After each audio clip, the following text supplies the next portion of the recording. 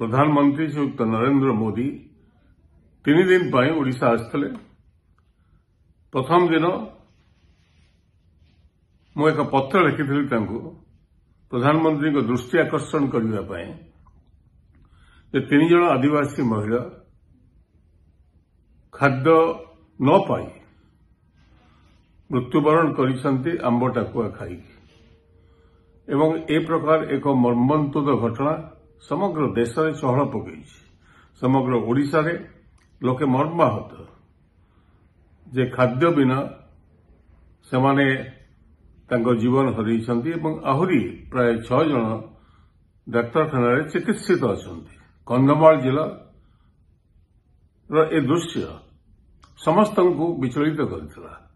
से संपर्क में प्रधानमंत्री का दृष्टि आकर्षण करी। मुझे से गांव को जाइए मांडीपंका गांव को एवं से दृश्य जे न देखिबो जानी परिबो नाही।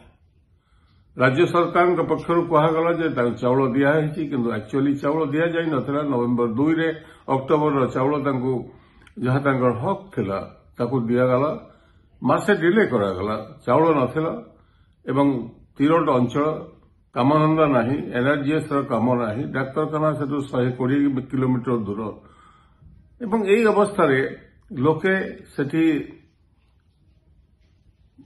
ए प्रकार दयनीय स्थिति रे मृत्युवरण करिसंती। प्रधानमंत्री को अनुरोध करथिले 3 दिन भीतर आपण गोटे दिन से अंचल को जानतु, देखंतु, जानंतु वस्तुस्थिति कौन। राज्य रे आदिवासी मुख्यमंत्री आम राज्यरू जड़े महिला देशर आदिवासी महिला देशर राष्ट्रपति आपण आसीचंती। आपण देखिकी जानतु विपुल संख्यार लोके आपण को भोट देइचंती ओडिशा राज्य रे एवं ओडिशा राज्य पई आपण को सरकार दिल्ली रे गठन हेछि। ये होछि आपण को दायित्व से राज्यर स्थिति संपर्क में जानिया पाए। आपण घरे नहीं नीरव रहिले एवं मु आशा करूथली आपण अंत भुवनेश्वर रे ना राज्यपाल को पचारि पाई थांते, मुख्यमंत्री को पचारि पाई थांते। राज्यपाल का दायित्व थिला संविधान सम्मत जे आदिवासी अंचल शेड्यूल एरिया कंधमाल जिला एवं से अंचल ले कौन हेछि न हेछि आपण जानिबा होछि आपण गुरु दायित्व।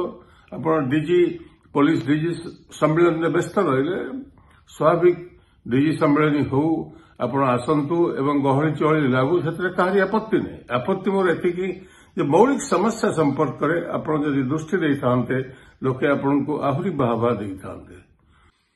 प्रधानमंत्री को मु आज आउ एक पत्र लिखिछि ईस्ट कोस्ट रेलवे जोन संपर्क करे। ईस्ट कोस्ट रेलवे जोन प्रतिष्ठा होइतला 1996 मसीह एचडी देवेगौड़ा प्रधानमंत्री थांती। मु सेतबेले पार्लियामेंट्री अफेयर्स मंत्री था।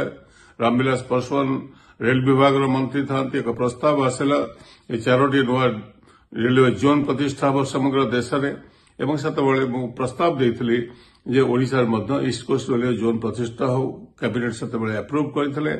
प्रतिष्ठा हला Waltair division, Khordha road division एवं संबलपुर डिवीजन को नहीं ओडिशा रे प्रतिष्ठा हला ईस्ट कोस्ट रेलवे जोन 1996 मसीह एवं से जोन आज पर्यंत भारतर एक नंबर जोन ने परिणत होइछि। कारण प्रति वर्ष east coast railway zone Indian railway को प्राय 25-30 हजार कोटी टंका लाभ दौछि। अन्य कौनसी जोन ए प्रकार स्थिति नहांती एवं ओडिशा 1 नंबर होइकि प्रति वर्ष चलीछि। एवं निष्पत्ति होइछि जे ईस्ट कोस्ट रेलवे जोन रो मोस्ट इंपोर्टेंट डिवीजन होछि वाल्टियर डिवीजन। से वाल्टियर डिवीजन को आंध्र प्रदेश एक नुआ जोन प्रतिष्ठा करागला केंद्र सरकार द्वारा एवं से zone south coast railway zone हिसाब रे नामकरण करागला एवं तार शुभ तार कार्य आरंभ करा जाइछि एवं सेतरे वाल्टियर डिवीजन को मिसै दिया जाइछि। जार परिणाम हबो जे entire east coast railway zone जे 1 नंबर थिला से 10 नंबर के आहुरी तळु को खसी जिवो एवं प्राय एक प्रकार से पंगु हे जिवो। से संपर्क में बार बार चिठी लिखी प्रधानमंत्री को, रेल मंत्री को। रेल मंत्री आम राज्य एमपी की जाइछंती अश्विनी वैष्णव। से संपर्क ताको विरोध करने तो दूर कथा से संपर्क से प्रोएक्टिवली काम करछंती कि जते जल्दी हो जाई पारे। तार अर्थ हला जे ईस्ट कोस्ट रेलवे जोन पंगु हबो। हां जो आंध्र प्रदेश रिअर्गनाइजेशन बिल पार्लियामेंट रे पास होता है गोटे कथा केवल कहला जे एग्जामिन करा वेदर आउ गोटे जोन प्रतिष्ठा करा जाई परिबो कि नहीं कहा जाई नथला जे वाल्टियर डिवीजन को लेकी मिसई दिया जीव नुआ रेलवे जोन हेले कोठी आंध्र प्रदेश से तो दुईटा डिवीजन ऑलरेडी अच्छी सिकंदराबाद रे आंध्र जोन भीतर एवं आंध्र प्रदेश से जोन प्रतिष्ठा हो कार आपत्ति नहीं किंतु वाल्टियर डिवीजन को कहीं निया से जोन भीतर को जा फल अन्य पटे एक जोन ओडिशार जे ओडिशार विकास से सबुठ बड़ एक अस्त्र है कहीं पंगु कराऊँ से संपर्क में प्रश्न रखिली प्रधानमंत्री को जेहेतु से भुवनेश्वर अच्छा एवं ए संपर्क से दृष्टि देवे एवं जो विचार जो निष्पत्ति नहीं से निष्पत्ति को बदल बीजेपी पक्षर एक रिएक्शन आसला ऑफिशियली जे श्रीकांत जेना पेटी पॉलिटिक्स कथा उठे भंगु करा ईस्ट कोस्ट रेलवे जोन को तार प्रतिवाद करवा कौन पेटी पॉलिटिक्स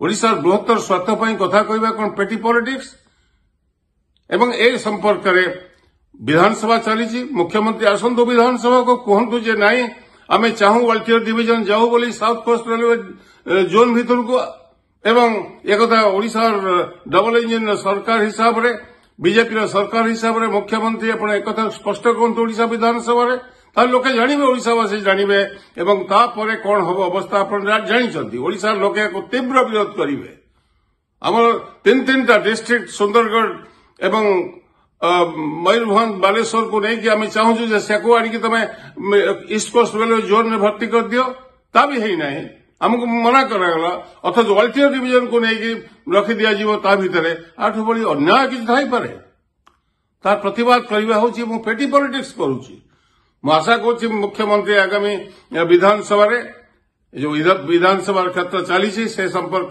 स्पष्ट करेंगे।